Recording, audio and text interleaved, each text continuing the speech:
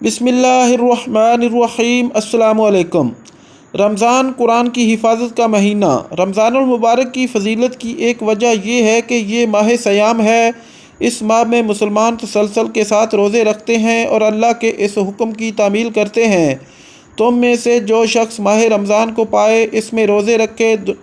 چنانچہ دنیا کے تمام خطوں میں، خواہ وہ مشرق ہو یا مغرب، شمال ہو یا جنوب، اہل ایمان اس ماہ میں روزے کا اہتمام کرتے ہیں۔ اس طرح روزہ مسلمانوں کی روحانی پاکیزگی اور تقوی و طہارت کا ذریعہ بنتا ہے اور عالمی وحدت کا اسلامی شعور عطا کرتا ہے۔ رمضان المبارک کی فضیلت کی دوسری بڑی وجہ یہ ہے کہ یہ قرآن پاک کے نزول ہونے کا مہینہ ہے۔ اللہ تبارک و تعالیٰ کا ارشاد: رمضان کا مہینہ وہ ہے جس میں قرآن نازل کیا گیا، جو لوگوں کے لیے ہدایت نامہ ہے اور ہدایت اور حق و باطل میں فرق کرنے والے واضح دلائل پر مشتمل ہے۔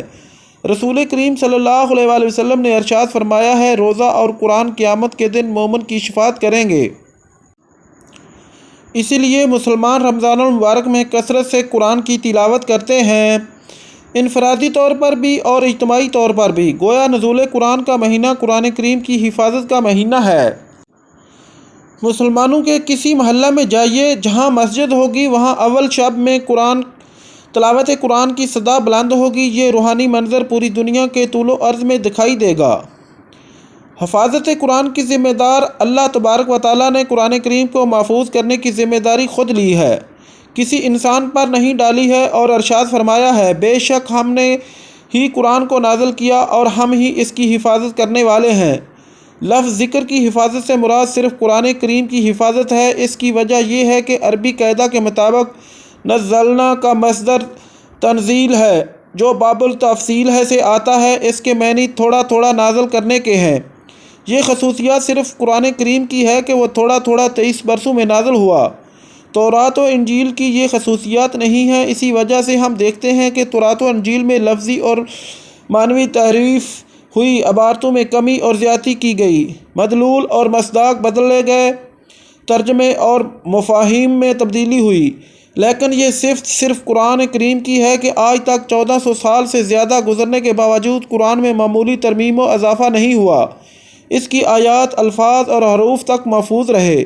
حسن بصری فرماتے ہیں کہ اللہ تعالیٰ کو منظور تھا کہ وہ اپنی شریعت کو قیامت تک باقی رکھے، اس لیے اس نے قرآن کی حفاظت کی خود ذمہ داری لے لی۔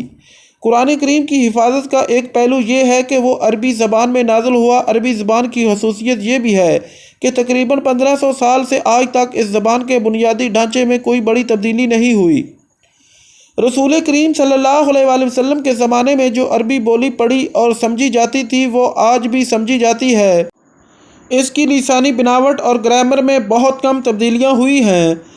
چنانچہ قرآن کو جس طرح رسول کریم صلی اللہ علیہ وآلہ وسلم کے عہد کے لوگوں نے سنا اور سمجھا، آج بھی اس طرح لوگ پڑھ اور سمجھ رہے ہیں، جبکہ دوسری زبانوں میں عہد بہد تبدیلیاں ہوتی رہی ہیں۔ 1000 سال بعد تو زبانوں کی بنیادی ساخت بدل جاتی ہے۔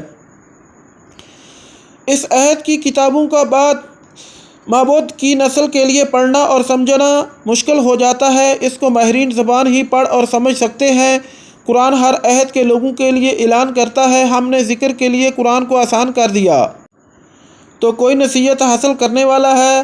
غیر مسلم محققین کا اعتراف قرآن کریم کے محفوظ ہونے کی شہادت وہ مستشرقین بھی دیتے ہیں جو قرآن کریم کو کلام الہی نہیں مانتے بلکہ محمد صلی اللہ علیہ وآلہ وسلم کا کلام کہتے ہیں۔ چنانچہ فلپ کے ہنی نے لکھا ہے، جدید نقاد اتفاق کرتے ہیں کہ موجودہ قرآن کے نسخے ٹھیک اسی نسخے کے مطابق ہیں جیسے زید بن ثابت نے اپنے ہاتھوں سے لکھا تھا، اور یہ کہ آج کا قرآن وہی ہے جسے محمد صلی اللہ علیہ وآلہ وسلم نے پیش کیا تھا۔ پٹنہ یونیورسٹی میں ایک مسلمان پروفیسر عمرہ کے لیے خانہ کعبہ گئے۔ نماز کی صف بندی ہوئی تو ان کے برابر میں ایک لمبا گورا آدمی کھڑا ہوا۔ امام حرم نے تلاوت شروع کی تو وہ آدمی زار و قطار رونے لگا۔ نماز ختم ہوئی تو پروفیسر صاحب نے اس سے سلام و وضافہ کیا اور ان کا تعارف حاصل کرنا چاہا۔ انہوں نے بتایا کہ میں آسٹریلیا کا رہنے والا ہوں، میں پہلے پادری تھا، قرآن پڑھ کر مسلمان ہو گیا اور اب بیت اللہ کی زیارت کے لیے حاضر ہوا ہوں۔ میں تورات و انجیل کا عالم ہوں، ان کتابوں میں بہت سی تبدیلیاں واقع ہوئی ہیں۔ اصل انجیل تو یہ قرآن کریم ہے، کیونکہ انجیل میں نازل شدہ تعلیمات قرآن پاک میں موجود ہیں۔ مجھے قرآن میں حضرت عیسیٰ علیہ السلام کا اصل پیغام ملتا ہے۔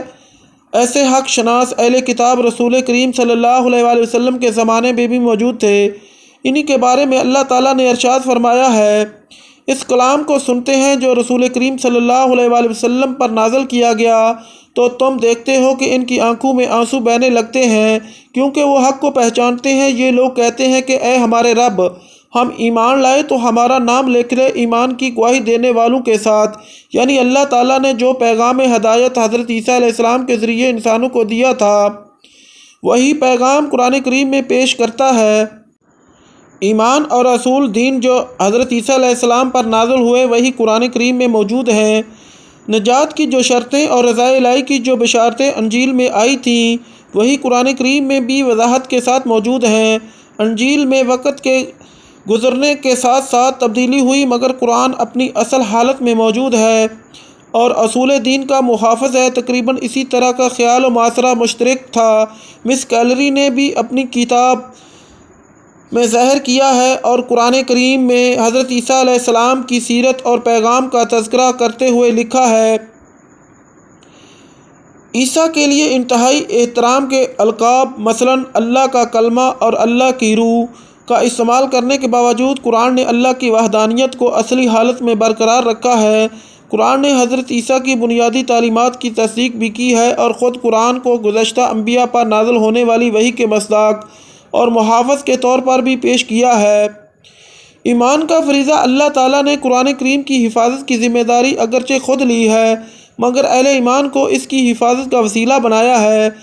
اس طرح کے مسلمان روزانہ اس کی تلاوت کریں، اسے خود یاد کریں اور اپنے بچوں کو یاد کرائیں۔ 5 وقت کی نمازوں میں قرآن کی قرأت کریں، خوشی اور غم کے موقع پر قرآن کو پڑھیں اور خاص طور پر رمضان المبارک کے مہینے میں قرآن کی تلاوت و تحفظ کا اہتمام کریں۔ علماء اس کی تفسیر کریں، قاری اسے حسین آواز سے مزین کریں، کاتب اسے روشن حروف سے لکھیں اور حفاظ اسے اپنے سینوں میں محفوظ کریں۔ قرآن کریم کے حافظ جس کثرت سے پائے جاتے ہیں دنیا کی کسی بھی کتاب کے حافظ اس تعداد کا کروڑوں حصہ بھی نہیں پائے جاتے۔ آج بھی دشمنان اسلام یہ کوشش کرتے ہیں کہ قرآن کریم کی صورتوں، آیاتوں اور الفاظ میں رد و بدل کر دیں تاکہ مسلمان گمراہ ہو جائیں۔ چنانچہ انٹرنیٹ پر قرآن پاک کے ایسے نسخے بھی معززین نے لوڈ کیے ہیں جن میں من گھڑت صورتیں اور آیاتیں موجود ہیں، مثلاً سورۃ الایمان، سورۃ المسلمون اور سورۃ الوصایا وغیرہ جیسی من گھڑت عربی عبارات۔ بظاہر لگتا ہے یہ قرآن کی صورتیں ہوں گی مگر در حقیقت یہ قرآن میں تحریف کی شیطانی حرکت ہے۔ الحمدللہ قرآن اپنی مکمل اور محفوظ شکل میں مسلمانوں کے گھروں میں اور حافظوں کے سینوں میں موجود ہے۔